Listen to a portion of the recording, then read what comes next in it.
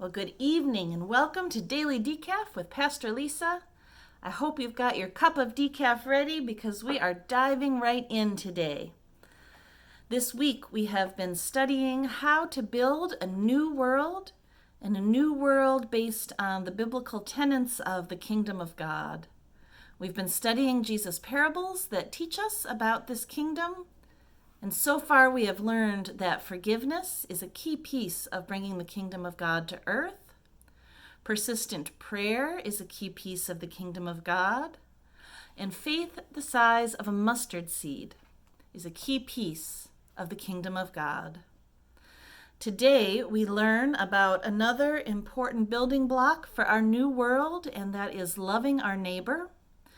But we learn about it through the lens of the Good Samaritan, the parable that Jesus told after he was asked, "But who is my neighbor? Who is it that I have to love?" And after that question, he told this parable from the Gospel of Luke, beginning in chapter 10, verse 30. A man was going down from Jerusalem to Jericho, and he fell among robbers who stripped him and beat him and departed, leaving him half dead. Now by chance, a priest was going down that road, and when he saw him, he passed by on the other side.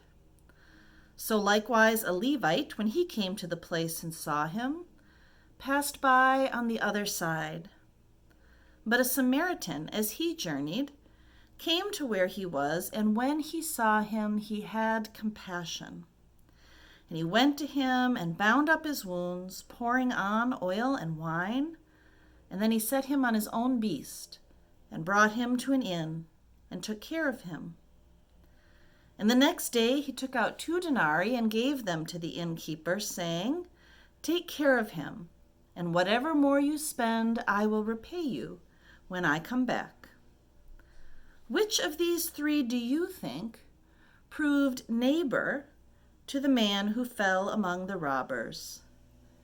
He said, "The one who showed mercy to him." And Jesus said to him, "Go and do likewise."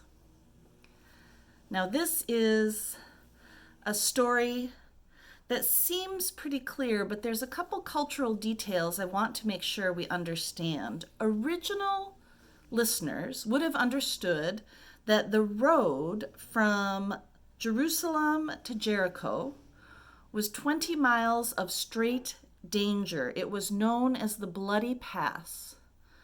So this road where the man was robbed and beaten was known for being dangerous. There were limestone caves all along the side of it where robbers could easily hide.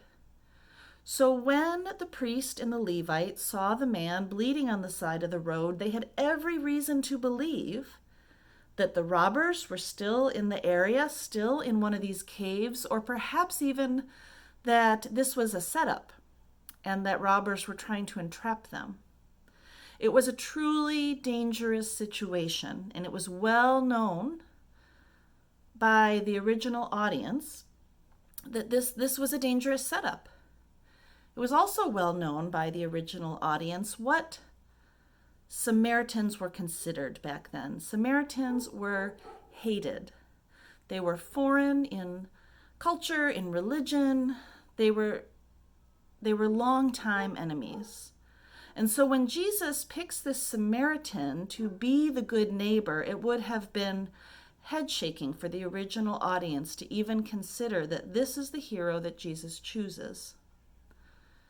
This story shows us that the kingdom of heaven holds no boundaries for neighbors, for who we are to love. No race, no culture, no religion, no sense of danger. This is the story that Jesus has set up to teach us about the ideals of the kingdom of heaven. Now, we learn this story in Sunday school oftentimes because it's a good story, a nice story. And I think when we're little kids, we think, well, yes, of course I would have helped the man by the side of the road. Yes, of course I will go through life liking everyone and helping everyone.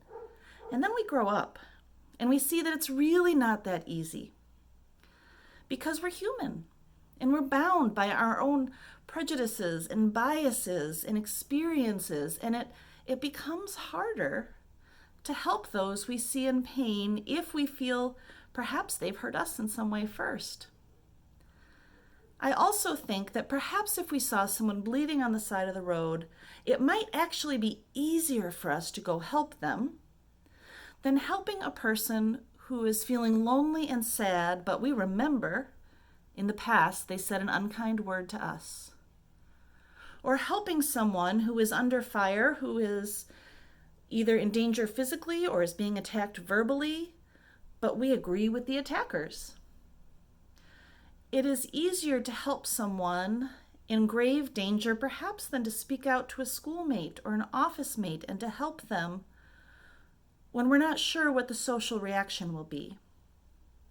So as we hear this story today, of course we are invited to consider the big risks of faith that must happen for the kingdom of God to come.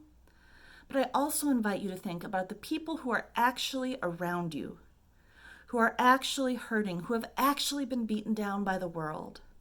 How will you be a good neighbor to them? Perhaps that is the real question for tonight. I look forward to talking with you again tomorrow.